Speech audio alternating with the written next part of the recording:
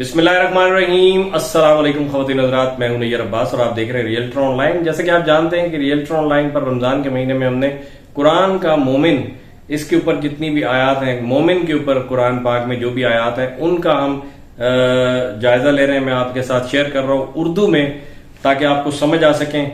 और इससे पहले हमारी एक वीडियो ऑनलाइन आ चुकी है, दूसरी वीडियो है आज की। इसमें हम बात करेंगे अल्लाह ताला ने कुरान पाक में किस को मोमिन कहा है, मोमिन के क्या फराइज रखे हैं, मोमिन की क्या जिम्मेदारियां रखी हैं और मोमिन को क्या क्या अजर मिलने वाले हैं। आज की बात में, आज हमारी इस मौजू में सिर्फ मोमिन के ऊपर जो आयात हैं वही उसी के ऊपर हम बात करेंगे।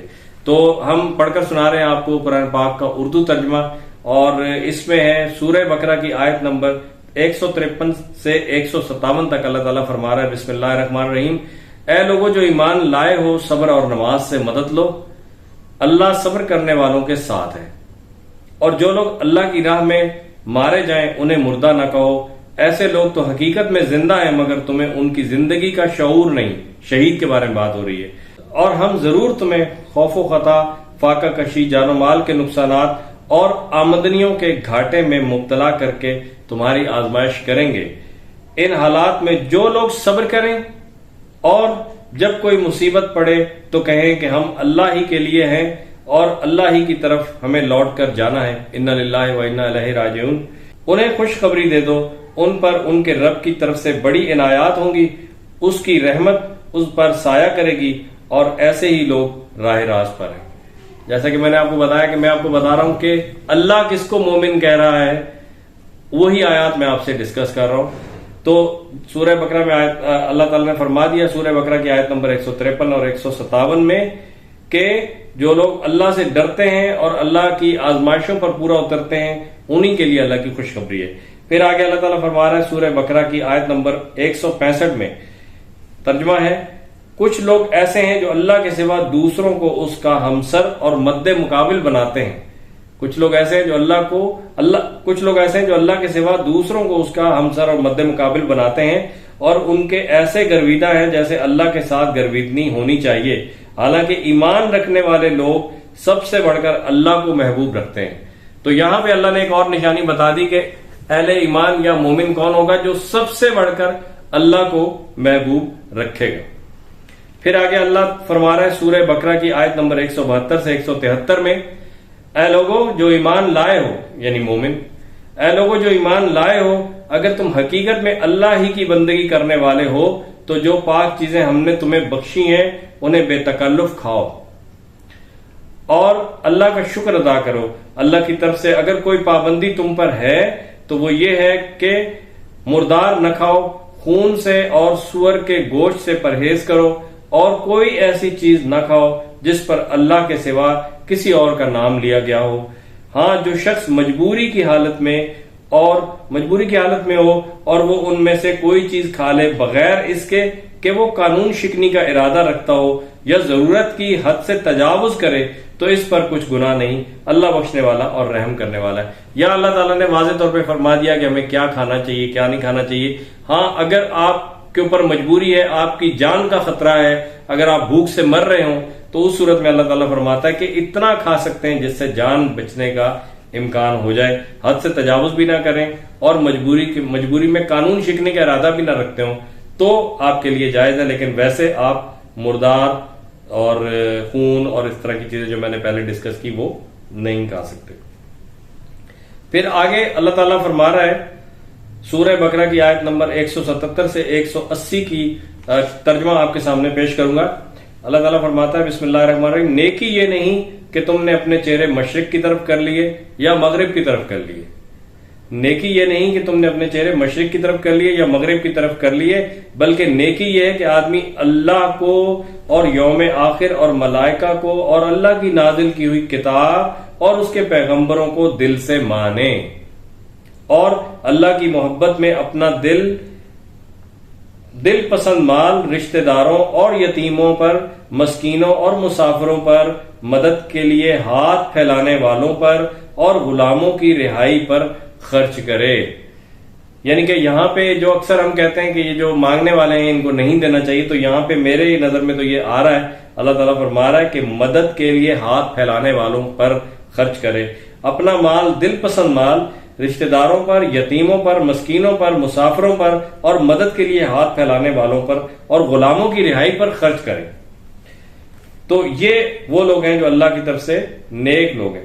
پھر ہے آگے اللہ تعالیٰ آگے فرما رہا ہے کہ نماز قائم کرے اور زکوٰۃ دے، اور نیک وہ لوگ ہیں جب عہد کرے تو اسے وفا کرے، اور تنگی اور مصیبت کے وقت میں اور حق و باطل کی جنگ میں صبر کرے، یہی راست باز لوگ ہیں، یہی متقی ہیں۔ اے لوگوں جو ایمان لائے ہو، تمہارے لیے قتل کے مقدموں میں قصاص کا حکم لکھ دیا گیا ہے۔ قتل کے مقدموں میں قصاص کا حکم لکھ دیا گیا ہے۔ آزاد آدمی نے قتل کیا ہو تو اس آزاد آدمی سے ہی بدلہ لیا جائے، غلام قاتل ہو تو وہ غلام ہی قتل کیا جائے، اور عورت اس جرم کی مرتکب ہو تو اس عورت ہی سے قصاص لیا جائے۔ ہاں اگر کسی قاتل کے ساتھ اس کا بھائی کچھ نرمی کرنے کے لیے تیار ہو جائے، یعنی کہ خون معاف کر دے، تو معروف طریقے کے مطابق خون بہا کا تصفیہ ہونا چاہیے، اور قاتل کو لازم ہے کہ راستی کے ساتھ خون بہا ادا کر دے۔ یہ تمہارے رب کی طرف سے تخفیف اور رحمت ہے، اس پر بھی جو زیادتی کرے اس کے لیے دردناک سزا ہے۔ عقل و خرد رکھنے والوں، تمہارے لیے قصاص میں زندگی ہے، امید ہے کہ تم اس قانون کی خلاف ورزی سے پرہیز کرو گے۔ تم پر فرض کیا گیا ہے کہ جب تم میں سے کسی کی موت کا وقت آ جائے اور وہ اپنے پیچھے مال چھوڑ رہا ہو تو والدین اور رشتہ داروں کے لیے معروف طریقے سے وصیت کرے، یہ حق ہے متقیوں پر۔ یعنی کہ اب یہاں پہ اللہ تعالیٰ مومنوں، پرہیزگاروں، متقیوں کے جو کرنے کے کام ہیں وہ بھی یہاں پہ ہمیں سمجھا رہا ہے، اور یہ کہہ رہا ہے کہ آپ نے کیا کیا کام کرنے ہیں۔ یہاں پہ ہمیں یہ بھی پتہ چلتا جا رہا ہے کہ مومن ہے کون۔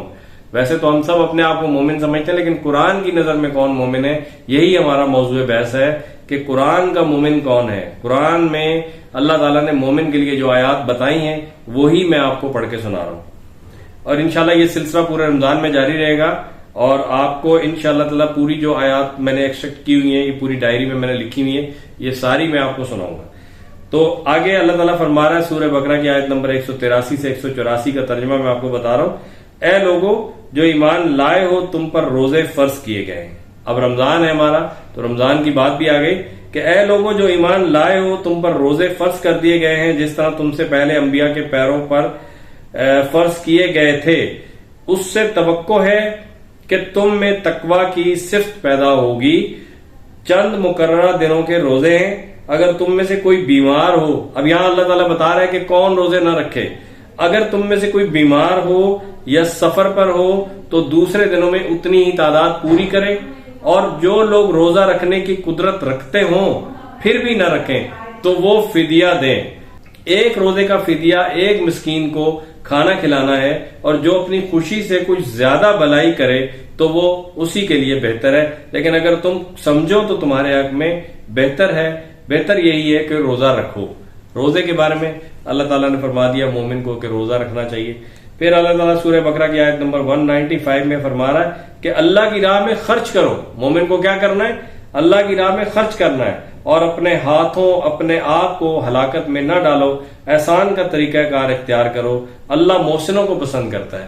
یہاں پہ اللہ تعالیٰ فرما رہا ہے مومن کو کہ احسان کرو لوگوں کے اوپر، محسنوں کو اللہ تعالیٰ پسند فرماتا ہے۔ پھر اللہ تعالیٰ سورہ بقرہ کی 254 نمبر آیت میں فرما رہا ہے اے لوگوں جو ایمان لائے ہو، جو کچھ مال متاع ہم نے تم کو بخشا ہے اس میں سے خرچ کرو۔ اللہ تعالیٰ خرچ کرنے کو پسند فرماتا ہے۔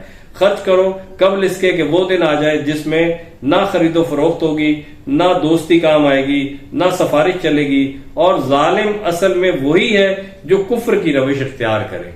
تو یہ سورہ بقرہ میں آیت نمبر 254 میں اللہ تعالیٰ نے فرمایا۔ آج کی ویڈیو کا ٹائم ختم ہوا، انشاءاللہ نیکسٹ ویڈیو میں آگے ہم چلیں گے اور آگے بتائیں گے کہ آگے اللہ تعالیٰ نے کیا کیا فرمایا ہے مومن کے بارے میں۔ اللہ حافظ۔